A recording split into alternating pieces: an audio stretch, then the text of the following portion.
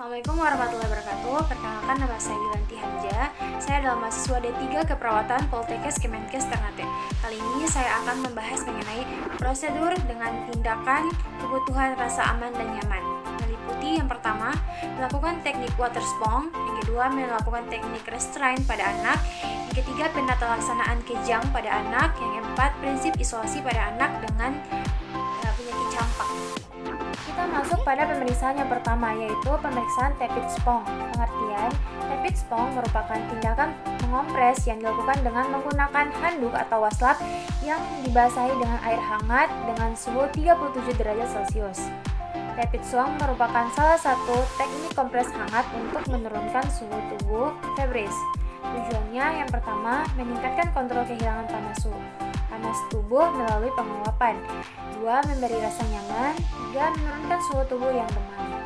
Persiapan alat yang pertama, sarung tangan, baskom mandi air hangat, handuk pengering, termometer, selimut mandi, dan baki atau alas. Selanjutnya, prosedur pelaksanaan yang pertama, identifikasi kebutuhan pasien. 2. Siapkan alat dan bahan. 3. Berikan salam terapeutik. 4. Jelaskan prosedur tujuan yang akan dilakukan. 5. Dekatkan alat serta menutup sampiran. 6. Cuci tangan dan menggunakan sarung tangan. 7. Ukur suhu tubuh pasien. 8. Pertahankan selimut mandi di atas bagian tubuh yang dikompres. 9. Periksa suhu air. 10. Rendamkan waslap ke dalam air hangat, letakkan di bawah ketiak dan lipatan paha.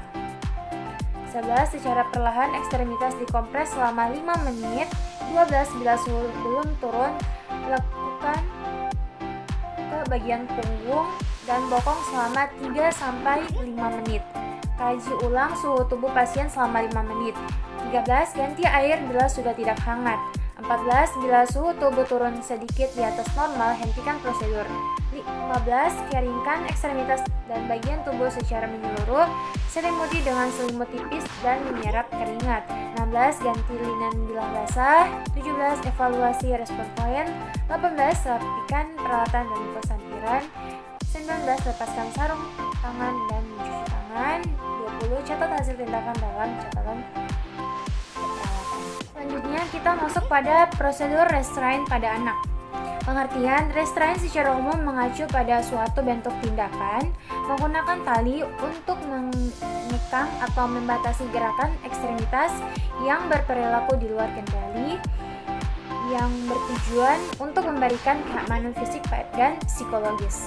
Tujuan yang pertama, untuk memastikan keselamatan dan kenyamanan anak. 2. Memfasilitasi pemeriksaan. 3. Membantu dalam pelaksanaan uji diagnostik dan prosedur terapeutik. Selanjutnya masuk pada macam-macam restrain pada anak. Yang pertama, teknik jaket atau vest restrain. 1. Memilih alat restrain yang tepat. Memasang restrain pada klien dengan cepat dan tepat. Bantu klien duduk jika tidak ada kontraindikasi. Pasang jaket restrain ke tubuh pasien. Jaket ini seperti baju, tidak berlengan, dan ada 2 buah tempat tali di samping kanan dan kiri untuk lewat tali, dan kedua ujung tali di bawah menyelubungi bawah kasur.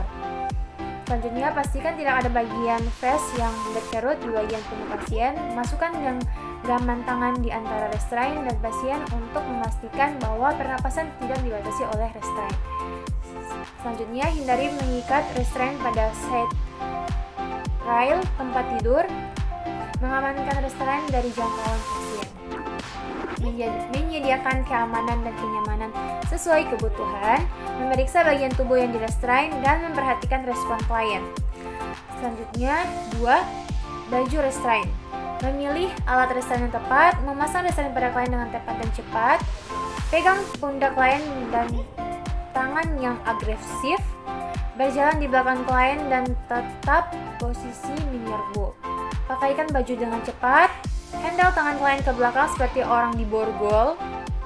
Mengamankan restrain dari jangkauan klien, menyediakan keamanan dan kenyamanan sesuai kebutuhan, memeriksa bagian tubuh yang direstrain, memperhatikan respon klien.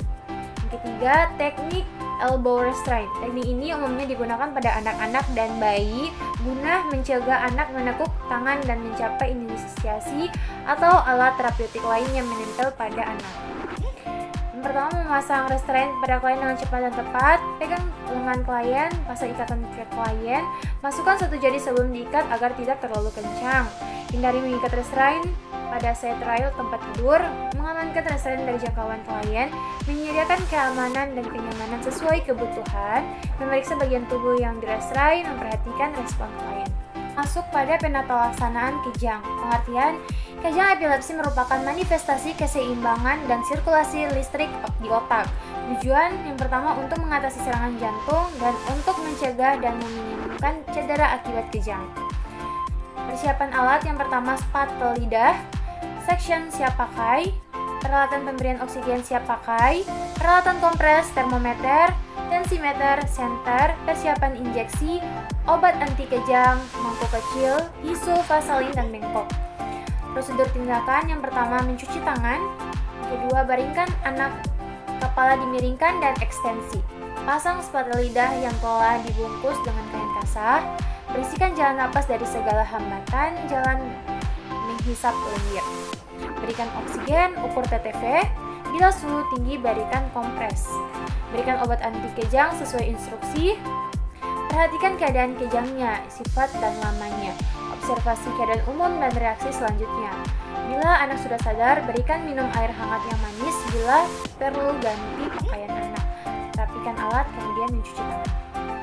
Selanjutnya yaitu prinsip isolasi pada anak dengan campak. Pengertian, campak adalah penyakit menular dengan gejala kemerahan berbentuk makulopapular selama 3 hari atau lebih yang sebelumnya didahului dengan demam dengan suhu 38 derajat Celcius atau lebih.